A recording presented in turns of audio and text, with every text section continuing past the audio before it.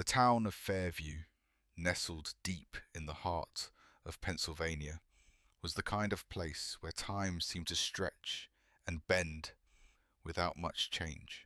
Red bricked buildings lined the downtown streets, American flags fluttered from every porch, and the local high school, Fairview Central, stood proudly at the edge of town like a sentinel. Inside the school's aging walls, Mr. Marcus Carter was a beloved history teacher, tall, with deep brown skin, thoughtful hazel eyes, and a voice that could turn a simple lecture into a spellbinding story. Mr. Carter had a gift. He didn't just teach history, he brought it to life. Students hung onto his every word as he spoke about Harriet Tubman's courage, the struggles of the civil rights movement, and the complexities of modern America. But not everyone in Fairview appreciated Mr. Carter's lessons. One chilly October morning, a rumour began circulating through the town. A group of white parents had lodged a formal complaint with the school board. They accused Mr. Carter of pushing a divisive agenda, citing his discussions about systemic racism and social justice as inappropriate for the classroom. Some even claimed he made white students feel guilty about their heritage. Inside the Carter home, Marcus sat at the kitchen table with his wife, Angela, staring at the letter he'd received from the school board. His 14-year-old daughter, Layla, peeked over his shoulder, her face tightening with worry. "They're suspending me pending investigation," Marcus said quietly, pressing his lips together. Angela reached out, squeezing his hand. "You didn't do anything wrong, Marcus. You just told the truth." He smiled sadly at her. Sometimes the truth is exactly what scares people the most. Meanwhile, at Fairview Central, the students buzzed with disbelief. Sarah Thompson, a junior with fiery red hair and a stubborn streak, slammed her locker shut so hard it echoed down the hallway. "This is insane," she said to her best friend, Javier Reyes, a wiry soccer player with sharp features and endless energy. "Mr. Carter is one of the best teachers here. He made me care about history for the first time in my life." Javier nodded. "We have to do something." Sarah's eyes narrowed. "Yeah, we do."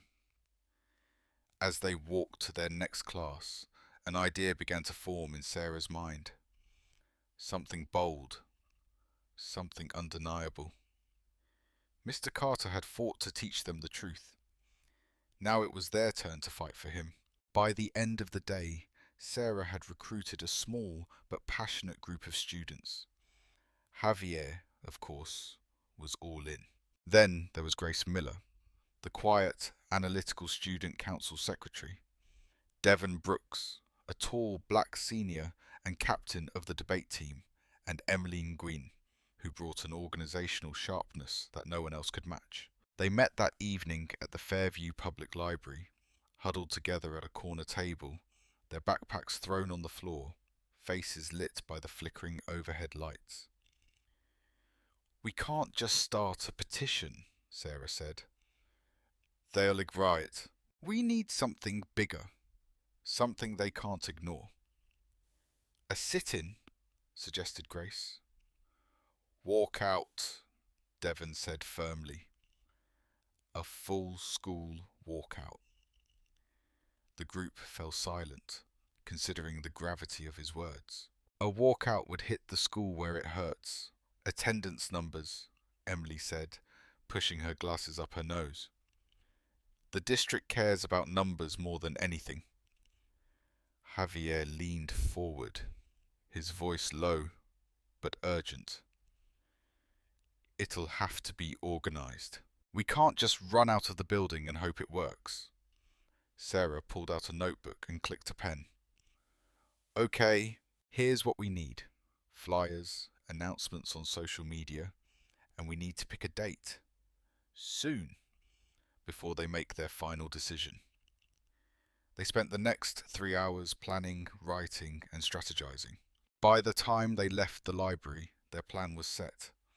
The walkout would happen Friday morning during first period.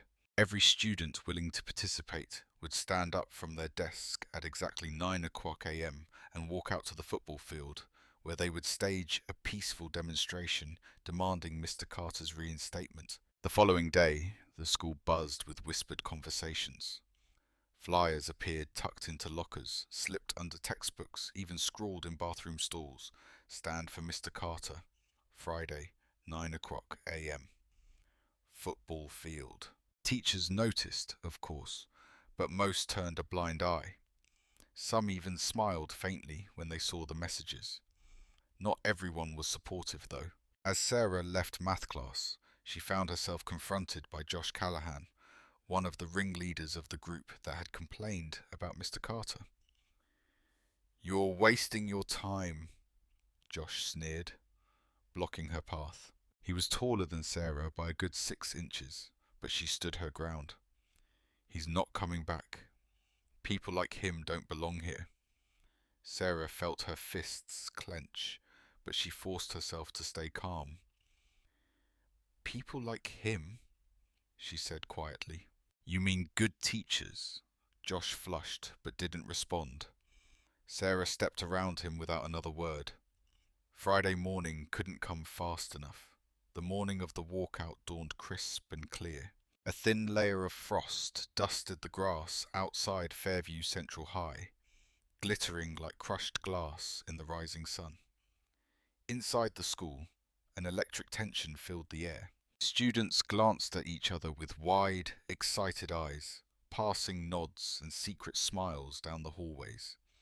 Teachers seemed unusually stern, but even they couldn't hide their awareness that something big was about to happen. Sarah sat in the homeroom, her heart hammering in her chest. She checked her watch. 8:57 a.m. 3 minutes to go. Across the room, Javier caught her eye and gave a slight nod. "Stay calm," she whispered to herself. The final minutes crawled by. The teacher, Mr. Hendricks, droned on about the morning announcements, but nobody was listening. Every eye was on the clock above the whiteboard. 8:59. Sarah placed her hands flat on her desk, ready. The second the clock ticked over to 9 o'clock, she stood. There was a heartbeat of stunned silence. And then, one by one, students rose to their feet. Javier, Grace, Devon, Emily, dozens of others. Without a word, they filed out of the classroom, the sound of chairs scraping back and footsteps shuffling filling the room. Teachers shouted after them. Some demanded they return to their seats. Others looked away, pretending not to see. The hallways filled with students moving like a river toward the exits. When they burst onto the front lawn and made their way to the football field, the sight took Sarah's breath away. Hundreds of students, a sea of teenagers, diverse and determined, all standing for one man, for what was right. Sarah climbed onto a bench near the bleachers, cupping her hands around her mouth. "Fairview Central," she shouted, her voice carrying over the field. "We're here today because Mr. Carter taught us history, the real history. And now, it's our turn to make it. We will not let ignorance win. We will not let fear erase the truth." A roar of approval rose from the crowd. Across town, the school board president, a severe-looking woman named Eleanor Pierce, sat in her office, watching the news feed on her phone with growing horror. A local reporter had already arrived, filming the walkout for the evening news. "This isn't going away quietly," she muttered. No, it wasn't. Not this time. The field behind Fairview Central buzzed with life, energy, and fierce determination. Students huddled together in small groups, holding hastily made signs. "History matters. We stand with Mr. Carter. Truth over comfort." Sarah paced in front of the crowd, organizing speakers and checking on the volunteers. Emily was handling social media, live streaming the event and tagging local news outlets. Devon worked the perimeter, keeping an eye out for any trouble. "Hey, we've got Channel 8 News setting up over there." Javier pointed excitedly toward the far edge of the field where a white van had pulled up, satellite dish unfolding like a mechanical flower on its roof. Sarah's heart leapt. This was bigger than Fairview now. Meanwhile, back inside the school, Principal Raymond Scott was losing control. A greying man with kind eyes, but a spineless approach to conflict, he stood at the window, watching his students rally on the football field. "What am I supposed to do?" he muttered, tugging at his tie. Superintendent Helen Briggs, a sharp-faced woman from the district office, paced behind him. "You have to end it, now," she snapped. "This kind of insubordination will destroy our reputation." "They're just kids," Scott said weakly. Briggs whirled on him. "Kids or not, this makes us look like fools. The board expects this handled." But Scott hesitated. Deep down, he knew the students were right.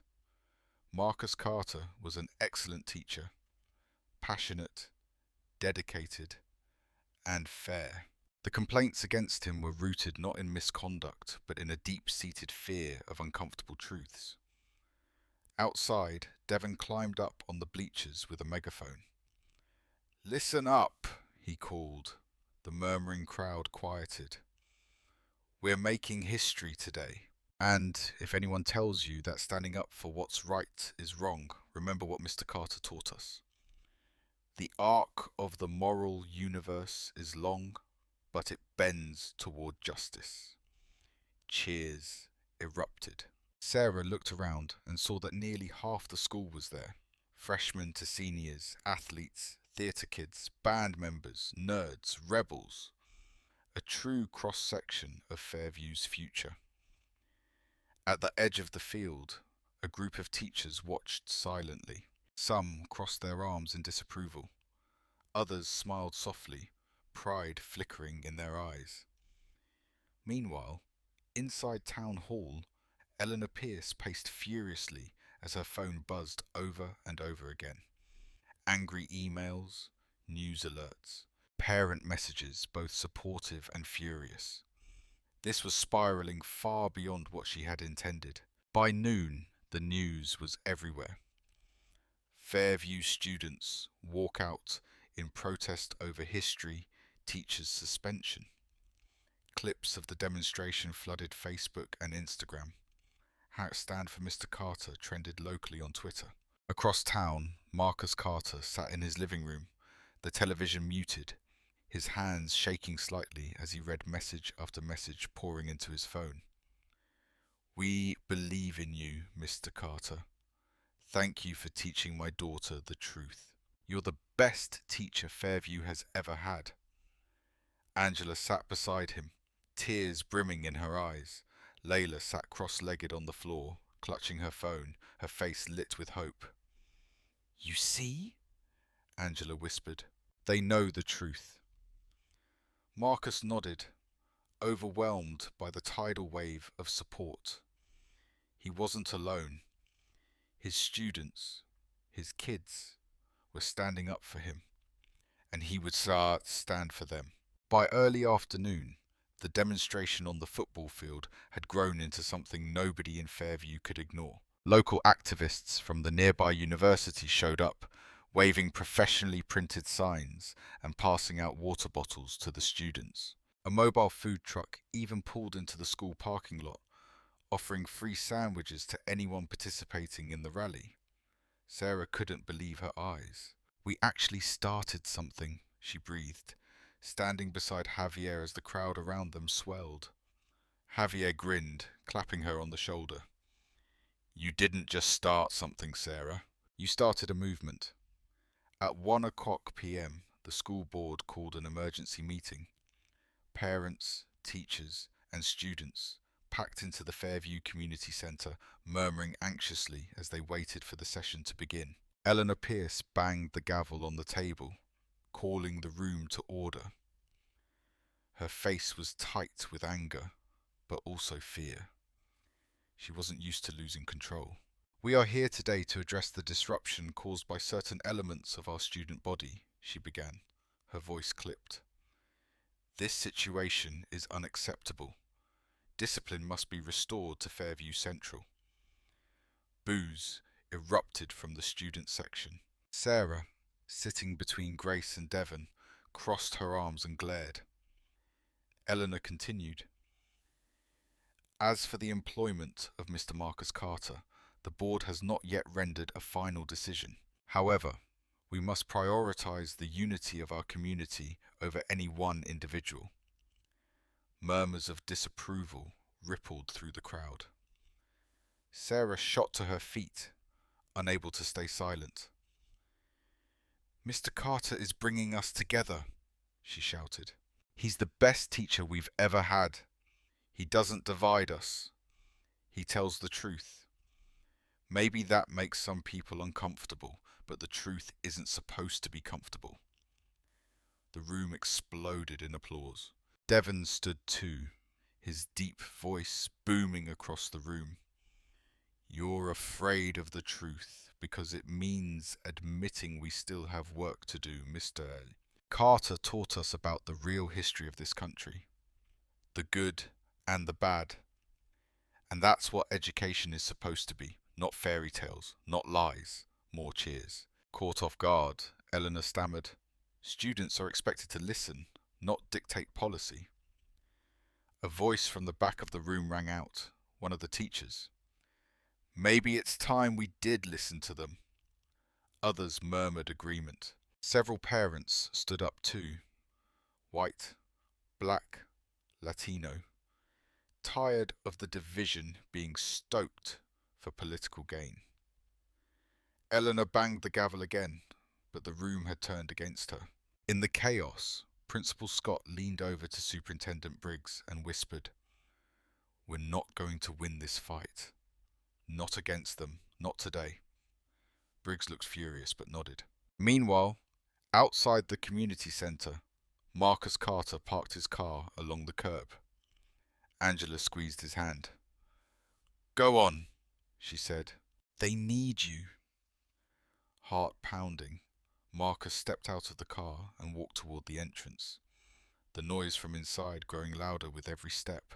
It was time to face them, all of them. Marcus Carter paused just outside the doors of the Fairview Community Centre. Through the glass, he could see the packed crowd inside, students waving signs, teachers whispering in small clusters, school board members sitting rigidly behind their long table. His heart thudded against his ribs. He had always taught his students about the courage of those who had stood against injustice, but now it was his turn to live it. Taking a deep breath, Marcus pushed open the door. The room fell into a stunned silence. Every head turned. Every voice died away. Even Eleanor Pierce's hand froze mid-gavel. Sarah was the first to react. She jumped to her feet, clapping her hands above her head. Javier followed, then Grace, Devon, Emily. And then, like a wave sweeping the room, the entire student section rose in a standing ovation. The sound was deafening. Applause thundered against the walls and ceiling. Some teachers clapped too. A few parents wiped tears from their eyes. Marcus stood frozen for a moment, overwhelmed. Then he straightened his back, adjusted his jacket, and walked slowly toward the front of the room. Every step felt monumental. He stopped just before the board members, standing alone but unafraid. "I didn't come here to cause trouble," he said, his voice carrying through the hushed space. "I came because I believe in education, real education, the kind that doesn't shy away from the hard truths, the kind that prepares young people not just to pass tests, but to make a difference." He looked over at the students, his students, who had risked detention, suspension, maybe worse, just to stand up for him. They deserve better than sanitized history, he continued. They deserve honesty. They deserve to know where we've been as a nation, the good and the bad, so they can shape a better future. He paused, letting his words settle. I have never taught hatred. I have never encouraged division. I have encouraged critical thinking, compassion, understanding. There was a long, heavy silence. Eleanor Pierce shifted uncomfortably in her seat. Superintendent Briggs whispered furiously into her ear, but Eleanor shook her head, her face pale. A board member named Tom Whitaker, a middle-aged man with greying temples and weary eyes, leaned toward his microphone. Mr. Carter, he said, his voice cracking slightly. I think I speak for more than a few of us when I say, thank you. A few gasps rippled through the crowd. Whitaker continued. We've lost sight of what matters, and what matters is the education and well-being of our students. You have their trust. You have earned it, and we would be fools to ignore that. Sarah squeezed Javier's hand, unable to contain her grin. Whitaker turned to the rest of the board. I move that we immediately reinstate Mr. Carter with full honours and issue a public apology. The room exploded in cheers. Marcus blinked back tears as Eleanor banged her gavel half-heartedly, her authority crumbling before the roar of support. Motion seconded, another board member said quickly.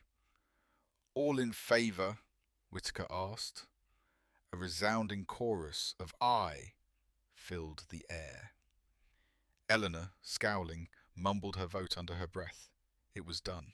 Marcus Carter had won, not through anger, not through violence, but through the love and loyalty he had inspired in the young minds he had nurtured. As the students rushed forward to surround him, hugging him, clapping him on the back, cheering his name, Marcus smiled wider than he had in years. History had been made today, right here in Fairview. And this time, the right side had won. The news of Mr. Carter's reinstatement spread through Fairview like wildfire. That evening, the local news channels broadcast footage of the walkout, the town hall confrontation, and Marcus's emotional speech. Major outlets picked up the story too, and by Saturday morning, national headlines blazed. Students stand for history, Fairview High walkout leads to teacher's reinstatement. At the Carter household, the phone rang non-stop. Former students called from across the country, some now in college, others already starting their careers. Mr. Carter, you changed my life, said one voice after another. You made me see the world differently. Angela made endless pots of coffee, laughing through her tears as Marcus tried to keep up with the flood of love pouring in. But it wasn't just the media and the phone calls. On Sunday afternoon, Fairview's town square filled with people. Hundreds of students, parents, teachers, even residents who had never set foot in the high school. They held a rally in Mr. Carter's honour, transforming the quiet town centre into a vibrant celebration of truth and justice. Sarah stood on the makeshift stage, her cheeks flushed with pride. We're not just here for Mr. Carter, she shouted to the crowd. We're here for every teacher who's been silenced, for every student who's been told to sit down and shut up. Today we say no more. Cheers erupted. Marcus was called to the stage next. As he walked up the wooden steps, Layla ran ahead of him, handing him a microphone with a beaming smile. Marcus looked out over the sea of faces, students, parents, strangers, all gathered because they believed in him. His throat tightened, but he managed to find his voice. History is not a weapon, he said. It's a mirror. It shows us who we've been, so we can decide who we want to become. Thank you for choosing to be better. He paused, overwhelmed by the moment. This isn't the end. This is the beginning. The applause lasted for minutes, filling the chilly October air with a warmth no frost could touch. At the edge of the crowd, Principal Scott wiped his glasses, watching with a mixture of pride and regret. He had allowed fear to guide him for too long. Now he resolved that he would be braver, like his students. Meanwhile, Eleanor Pierce sat in her car a block away, watching the rally through narrowed eyes. Her defeat was complete, but she was already thinking about the next school board election. Perhaps, she thought grimly, it was time to retire. The world was changing, and Fairview had changed with it. That night, the town's main street was lit not just by the usual lamplights, but by the collective spirit of a community that had found its voice, led by its youth, inspired by its teachers, and bound together by a shared dream of something better. Monday morning dawned fresh and bright over Fairview. As students returned to Fairview Central High, the atmosphere was electric. The front doors, usually a slow trickle of yawning teenagers, became a parade of smiling faces, handmade signs, and whispered excitement. Inside, teachers gathered in the staff lounge, sipping coffee and exchanging glances. Some looked wary, still adjusting to the shockwaves of the past few days.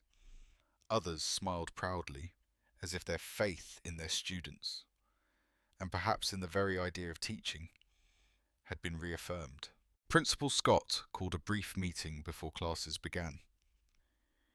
"We have a responsibility now," he said, adjusting his glasses, "to support the students who stood up for what's right, to support Mr. Carter, and to prove that Fairview Central is a place where truth matters." A few teachers clapped softly. One or two simply nodded. Even the most reluctant among them knew that the tide had shifted. Meanwhile, in homerooms across the school, students buzzed with anticipation. Sarah, Javier, Grace, Devon, and Emily huddled near their lockers, already strategizing their next move. "This can't just end here," Sarah said, her voice low but firm. "We need to keep the momentum going." "Agreed," Devon said. "What about starting a new club? Like a Diversity in History Alliance or something?" "I love it," Emily said, already pulling out her notebook to jot down ideas. "We could host events, invite speakers, organize service projects. And maybe even help update the history curriculum," Grace added, her face bright with enthusiasm. Sarah smiled at her friends, feeling a fire in her chest she hadn't known she was capable of. They had moved mountains, and now they could build something lasting. At exactly 8 a.m, the loudspeaker crackled to life. Principal Scott's voice, unusually steady, echoed through the halls. "Good morning, Fairview Central. Today we welcome back a valued member of our teaching staff, Mr. Marcus Carter." The halls erupted in cheers and applause. A few teachers even popped their heads out of classroom doors, smiling. Marcus stood just outside his classroom, breathing deeply. His hands trembled slightly, not from fear, but from the overwhelming emotion of stepping back into the place he loved. As students poured down the hallways, many paused to shake his hand, hug him, or simply say, "Welcome back, Mr. Yi." "Carter." He smiled at each of them, his heart so full he thought it might burst. When first period began, his classroom filled instantly. Every desk was occupied, and students even sat on the floor and stood against the walls, eager to be part of his first lesson back. Marcus set down his worn leather satchel, looked around at the sea of bright, determined faces, and said, "Today, we're not going to talk about the past. Today, we're going to talk about the future. your future. He picked up a piece of chalk and with steady hands wrote across the blackboard, "History is not just about where we've been, it's about where we're going." And the students leaned in, hungry for more. Outside, the American flag atop the school fluttered proudly in the crisp autumn wind. For the first time in a long time, it felt like it truly belonged to everyone. In the days and weeks that followed, the energy ignited by the walkout didn't fade. It evolved. Sarah and her friends officially launched the Diversity in History Alliance, or DHA, with Mr. Carter as their faculty advisor. Membership soared. Students from every background, every grade, and every clique signed up, drawn by a shared desire to keep building the better school they had glimpsed during the protest. Their first major event was a history night, a community gathering featuring student-led presentations about unsung heroes from American history, indigenous leaders, immigrant pioneers, civil rights activists, and others often overlooked in traditional textbooks. Preparation for the event was intense. Classrooms buzzed with students practicing speeches, painting banners, and building displays. The library stayed open late, packed with teenagers researching late into the evening. Sarah found herself reading about Fannie Lou Hamer, a courageous woman whose story she'd never encountered in class before. "How did we not learn about her before?" she asked Javier one evening as they sat surrounded by open books. "Because people are scared of what the truth means," Javier said thoughtfully. "But if we don't tell the truth, we're not really free, are we?" Sarah nodded, feeling that now familiar fire in her chest. Meanwhile, Mr. Carter worked late hours with them, guiding, mentoring, and encouraging, though he insisted on staying mostly in the background. "This is your movement," he reminded them again and again. "I'm just here to support you." On the night of the event, the Fairview Central Auditorium overflowed with people. Folding chairs lined every available space. Parents, teachers, board members, and students crammed into the aisles. Even Eleanor Pierce appeared, sitting stiffly in the back row, her arms crossed tightly over her chest. Sarah stepped up to the microphone first, her heart hammering in her ears. "Good evening," she began. "Tonight is about more than history. It's about truth, about seeing each other, all of each other, and understanding where we've come from so we can choose where we're going." Her voice steadied as she continued.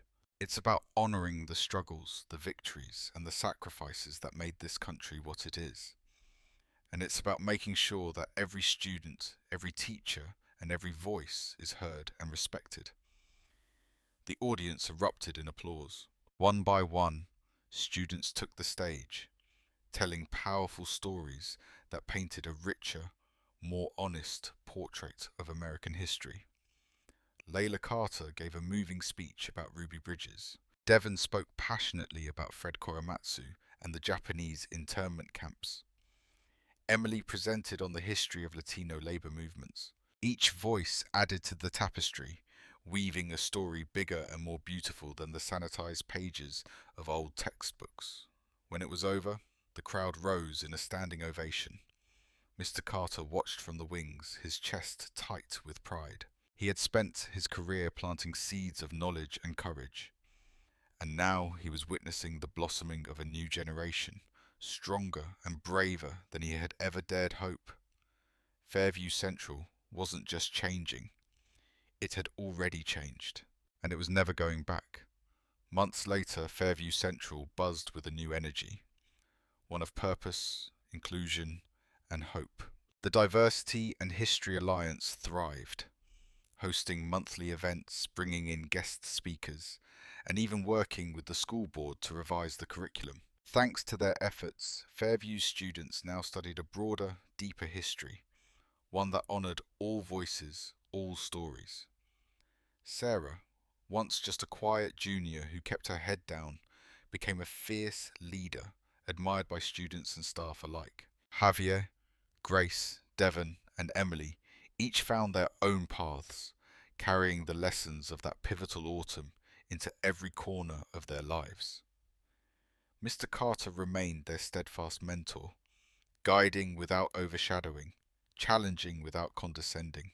His classroom walls, once adorned only with maps and old portraits, now bore colourful murals painted by students. Images of Harriet Tubman, Sitting Bull, Cesar Chavez, and many others who had fought for justice. One afternoon in May, as the school year wound down, Sarah found herself sitting with Mr. Carter on a bench outside the school. The sun was warm, the air buzzing with the sounds of spring. "You know," Sarah said, kicking at a pebble with her sneaker, "sometimes I wonder, what if we hadn't walked out that day?" Mr. Carter smiled, folding his hands in his lap. "Then," he said quietly, "someone else would have. Maybe not that day. Maybe not even that year. But the truth," he glanced at her with a twinkle in his eye, "has a way of demanding to be heard." Sarah grinned, feeling lighter than she had in a long time. "We were lucky," she said. Mr. Carter shook his head. "You weren't lucky," he said. "You were brave." They sat in companionable silence for a while, watching students laugh and chase each other across the lawn, free and unafraid. In the distance, the old American flag flapped proudly against the clear blue sky. It was still the same town, the same school, the same flag. But now, it belonged to everyone. And, for the first time in a long time, Fairview was exactly what it had always claimed to be. A place where every voice mattered, and where history was made by those brave enough to stand up and demand it.